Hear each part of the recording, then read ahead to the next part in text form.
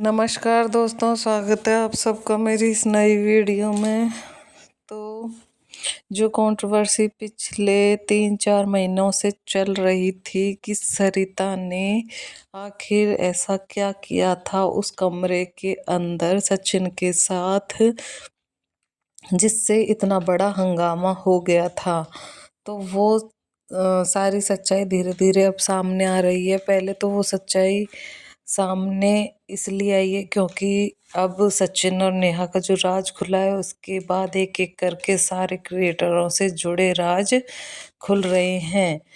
तो जैसा कि आप सबको पता है कि सरिता ने अपने पिछले 2 व्लॉग्स में बताया था कि उनके साथ क्या क्या हुआ जिससे उनको सचिन और नेहा पर शक हुआ। उन्होंने बताया कि उनके घर जनवरी में बेबी शावर था जिसमें सभी इनवाइटेड थे। उन्होंने सचिन और मनीषा को भी नेहा के कहने पे इनवाइट किया था।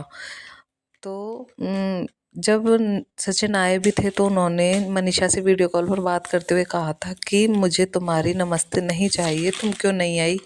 वहीं जो कमेंट सेक्शन है उससे पता चलता है कि सचिन मनीषा को अपने साथ लाए ही नहीं थे। मनीषा को ये बोला गया है कि मनीषा को साथ नहीं लाना है और मनीषा को बुलाया नहीं गया है।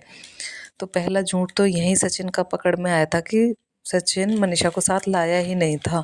दूसरी चीज़ ये कि उस कमरे में उस दिन क्या हुआ था, बंद कमरे में कंट्रोवर्सी क्यों हुई थी। तो वो बात सरिता ने जब बताई तो उन्होंने कहा कि उनकी जो 3 बेस्ट फ्रेंड हैं, नीतू, नेहा और शबनम, उन्होंने उस सरिता को कहा था कि तुम्हें टेंशन लेने की ज़रूरत नहीं है, तुम्हारे बेबी शावर का फंक्शन हम बहुत अच्छे से करेंगे। इसलिए सरिता को उम्मीदें बहुत ज़्यादा थी अपनी तीनों फ्रेंड से, लेकिन तीनों में से कोई भी उसके पास जाकर इतना टाइम स्पेंड नहीं कर रहा था। तो सरिता थोड़ा अपसेट थी। तभी एक दिन शबनम उसके पास रूम में गई और बोला कि मैं तुमसे गुस्सा हूँ इस बार। सरिता ने पूछा क्यों? तो शबनम ने बताया कि तुमने मुझे और नेहा को और नीतू को एक साथ रूम क्यों दिया है, हम कंफर्टेबल नहीं हैं। सचिन रात के 3-3 बजे तक कमरे में रहता है, सुबह 7-8 बजते ही वो कमरे में आ जाता है। इस पर सरिता को बहुत गुस्सा आया। शबनम ने बताया कि सचिन घंटों उनके कमरे में रहता है जबकि कोई भी जेंट्स उस कमरे में नहीं आता है। हम कपड़े भी चेंज नहीं कर सकते हैं ढंग से, बस वो 2 घंटे के लिए सोने अपने कमरे में जाता है, बाकी के टाइम वो नेहा के साथ ही रहता है। और यही चीज़ के खुलासे कई लोगों ने किए। इसी मैटर से रिलेटेड सरिता ने सारी लेडीज़ को अपने पास इकट्ठा किया।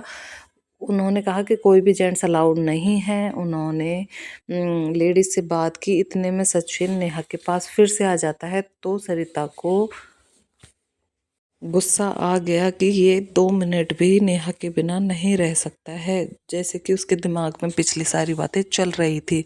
तो इस पूरी उन सरिता की बातों से यही समझ में आ रहा है कि इस पूरे महाभारत की जो जड़ है वो है शबनम, क्योंकि शबनम ने ही सरिता को सबसे पहले सचिन और नेहा के बारे में कहा कि ऐसा ऐसा है और हम कंफर्टेबल नहीं हैं।